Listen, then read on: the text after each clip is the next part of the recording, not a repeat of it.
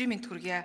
Тэгээ яг энэ цэцгийн дүгнэлтийг хүлээн авсантай холбоотой ажлын хэсэгт ажилласан. Энэ цэцгийн маргаан дээр бол итгэмжсэн төлөөлөгчийн хувьд ажиллаад за 27 хоногийн өмнө бид нар энэ цэцгийн дүгнэлтийг хүлээж авахдаа ямар үндслээр нь бид нар хүлээж авах вэ гэдэг дээр тодорхой саналаа хэлсэн. Гэтэ улсын хурал энэ цэцгийн дүгнэлтийг дөрвөн үндслээр бүгдээрнгээр нь хүлээж авсан учраас энэ томьёолол бол гарч байгаа.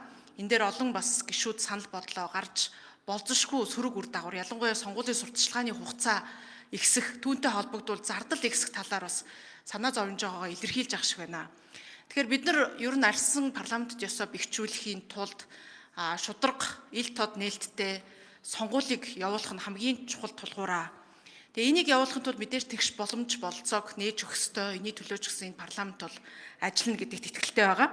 Зөвхөн энэ дээр бид нар сонгуулийн хууль тогтоомжийг зөвхөн энэ цэцгийн гарч байгаа дүгнэлтээр хязгаарлахгүй шинжлэх шаардлага бол байгаа гэж харж байгаа.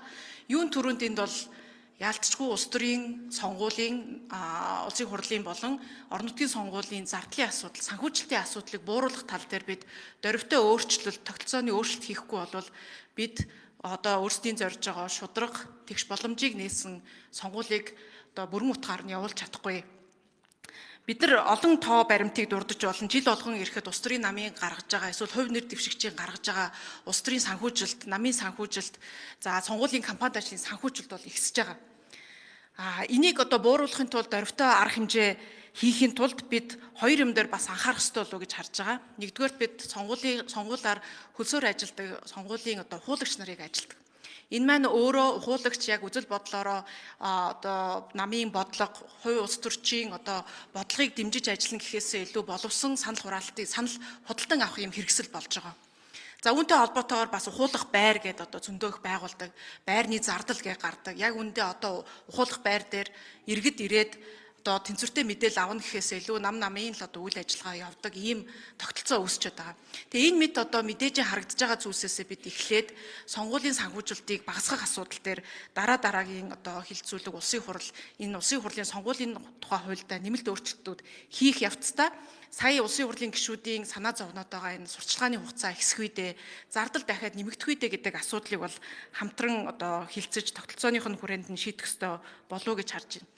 Ийм сонгуулийн санхүүжилтийг санал худалдан авалтыг багасгахгүйгээр бид тэгш сонгуулийн тухай ярих боломжгүй. Ерөөсөө болвол мөнгөтэй, бяртай ийм хүмүүс л сонгуульд бол боломж олгож байгаа, боломж нээлттэй байгаа. Жирийн иргэд залуучуудын хувьд оролцох боломжийг нь хязгаарсан ийм заалтууд байгаа.